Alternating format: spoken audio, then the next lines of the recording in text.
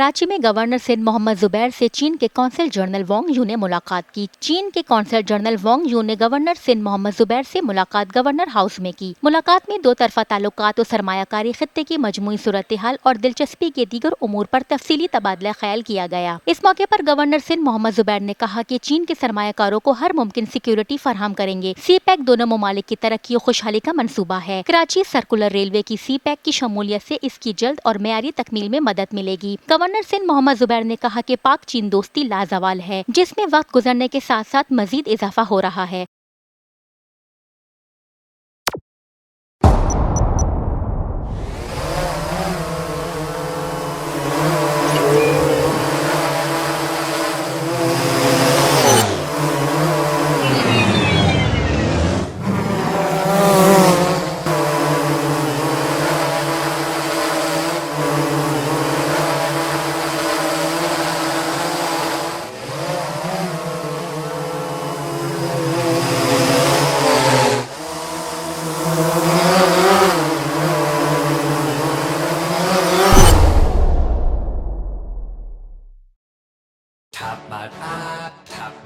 Live PSL matches देखिए HD में tapmat.com पर और डाउनलोड द ऐप।